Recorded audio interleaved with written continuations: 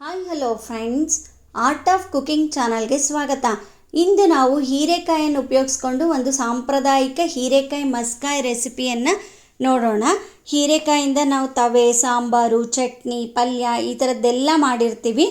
ಒಮ್ಮೆ ಈ ರೆಸಿಪಿಯನ್ನು ಟ್ರೈ ಮಾಡಿ ನೋಡಿ, ತುಂಬಾ ಚೆನ್ನಾಗಿ ಬರುತ್ತೆ. ಟೇಸ್ಟ್ ಕೂಡ ತುಂಬ ಚೆನ್ನಾಗಿರುತ್ತೆ.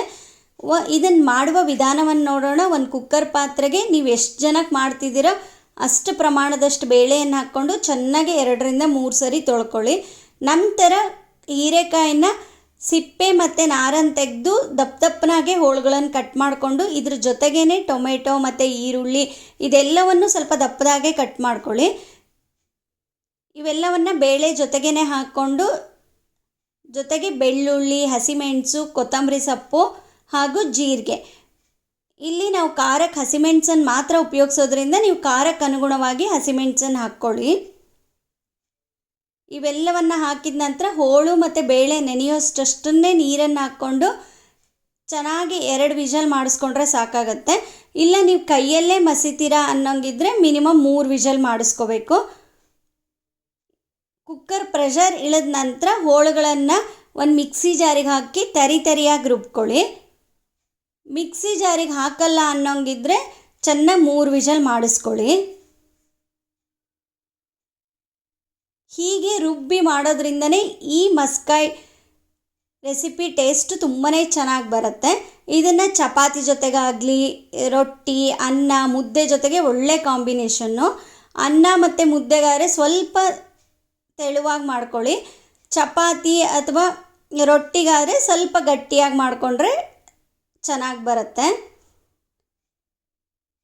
ನಂತರ ಒಂದು ಬಾಣಲಿಗೆ 2 ಸ್ಪೂನಷ್ಟು ಎಣ್ಣೆ ಹಾಕಿ ಸ್ವಲ್ಪ ಸಾಸಿವೆ, ಅರಿಶಿನ ಮತ್ತು ಹೆಚ್ಚಿಟ್ಕೊಂಡಿರುವ ಈರುಳ್ಳಿ ಮತ್ತು ಕರಿಬೇವು ಇದಿಷ್ಟನ್ನು ಹಾಕ್ಕೊಂಡು ಒಗ್ಗರಣೆ ಮಾಡ್ಕೊಳ್ಳಿ. ಈರುಳ್ಳಿ ಏನು ತುಂಬ ಮೆತ್ತಗಾಗೋವರೆಗೆ ಬೇಯೋದು ಬೇಡ, ಸ್ವಲ್ಪ ಅದು ಕಂದು ಬಣ್ಣಕ್ಕೆ ಬಂದರೆ ಸಾಕಾಗತ್ತೆ.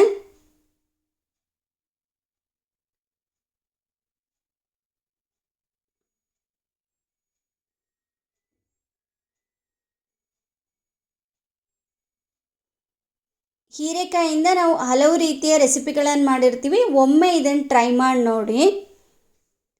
ಈರುಳ್ಳಿ ಕಂದು ಬಣ್ಣಕ್ಕೆ ಬಂದ ನಂತರ ನಾವು ಬೇಯಿಸಿಟ್ಕೊಂಡಿರುವ ಬೇಳೆ ಮತ್ತು ರುಬ್ಬಿಟ್ಕೊಂಡಿರುವ ಮಿಶ್ರಣವನ್ನು ಹಾಕಿ ಚೆನ್ನಾಗಿ ಒಂದು ಕುದಿ ಬರೋವರೆಗೂ ಅದನ್ನು ಕುದಿಸ್ಕೊಳ್ಳಿ. ಅರಿಶಿನವನ್ನು ಬೇಳೆ ಬೇಕಿರೋ ಹಾಕ್ಕೋಬೋದು, ಇಲ್ಲಾಂದರೆ ಒಗ್ಗರಣೆ ಜೊತೆಗಾರು ಮಿಕ್ಸ್ ಮಾಡ್ಕೋಬೋದು. ನಂತರ ರುಚಿಗೆ ತಕ್ಕಷ್ಟು ಉಪ್ಪನ್ನು ಹಾಕಿ ಚೆನ್ನಾಗಿ ಕೈಯಾಡಿಸಿದ್ರೆ ರುಚಿಯಾದ ಹೀರೆಕಾಯಿ ಮಸ್ಕಾಯಿ ರೆಸಿಪಿ ರೆಡಿ. ಈ ವಿಡಿಯೋ ಇಷ್ಟವಾಗಿದ್ದಲ್ಲಿ ಲೈಕ್, ಶೇರ್ ಮತ್ತು ಕಮೆಂಟನ್ನು ಮಾಡಿ. ಹೆಚ್ಚಿನ ವಿಡಿಯೋಗಳಿಗಾಗಿ ನನ್ನ ಚಾನಲ್ಗೆ ಸಬ್ಸ್ಕ್ರೈಬ್ ಆಗಿ. ಉಪ್ಪು ಹಾಕಿದ ನಂತರ ಕನ್ಸಿಸ್ಟೆನ್ಸಿ ನೋಡಿಕೊಂಡು ಬೇಕಂದರೆ ಸ್ವಲ್ಪ ನೀರನ್ನು ಮಿಕ್ಸ್ ಮಾಡ್ಕೊಳ್ಳಿ.